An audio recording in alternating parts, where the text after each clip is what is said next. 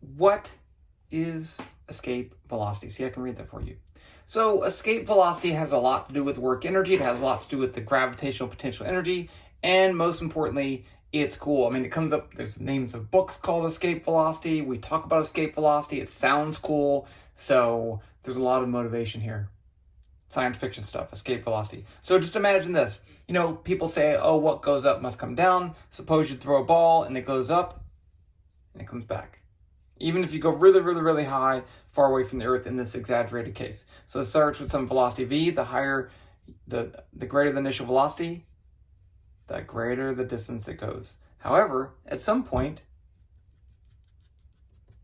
it will go so high that it never comes back. And that velocity at which it never comes back is the escape velocity. Since we're talking about, this would be essentially R1, it starts at the radius of the Earth, and R2 is infinity, or really close to it, or infinity. It doesn't matter. So since we're talking about these positions here, 1 and 2, and I don't care about the time, I only care about position, this should set off your warning sign. Hey, this is a work energy problem. Work energy. And I can't spell. Okay, so if I do a work energy problem, the first thing I should do is say, what's my system? And let's just call this a ball. I don't really know what it is. So in this case, I'm going to say my system is the ball plus the Earth. Why? Because if I include both of these in my system, then I can have gravitational potential energy. If I don't, if I just had the ball, I would have to think about the ball moving this way, and there's a gravitational force pulling on it that way that does work, and I'd have to calculate that work. It wouldn't be so easy because it's not impossible, but it's not so easy because as the ball moves away, the gravitational force gets weaker and weaker and weaker. Over here is essentially 0. Remember, the magnitude of the gravitational force is g m mass of the Earth over r squared. So as r gets bigger, the gravitational force gets smaller.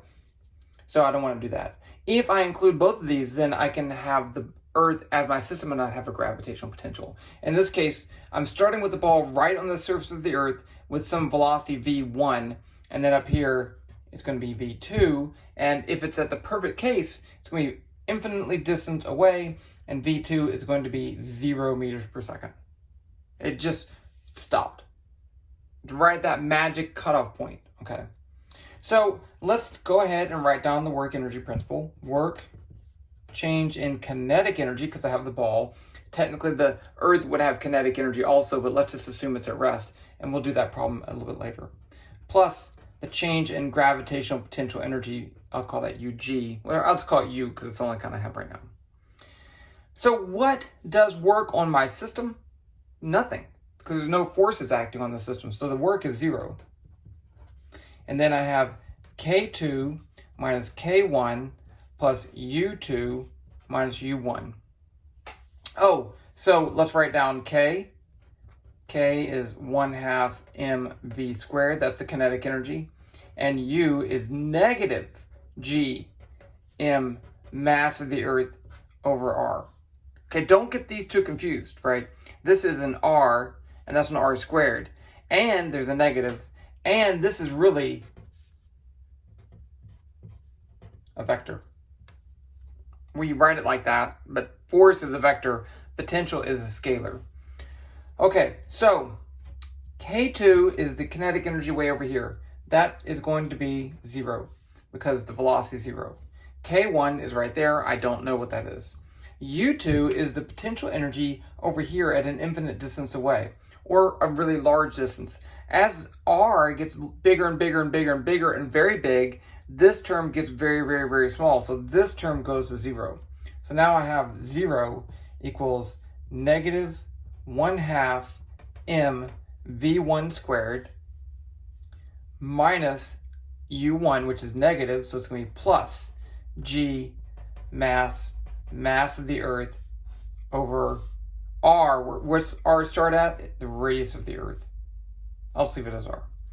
So now I can add this negative kinetic energy term to, add the kinetic energy to each part. Okay, sorry. I should have turned off my phone. It ended the video. So I'll just connect these two things together. So let me just review real quickly after the pause. So I have got a little flustered. So the system's my ball plus the Earth. It starts here on the surface of the Earth and ends up here an infinite distance away. And so I'm using the work energy principle. So I have the change in kinetic energy. So K2 up here is 0 because it starts an infinite distance away.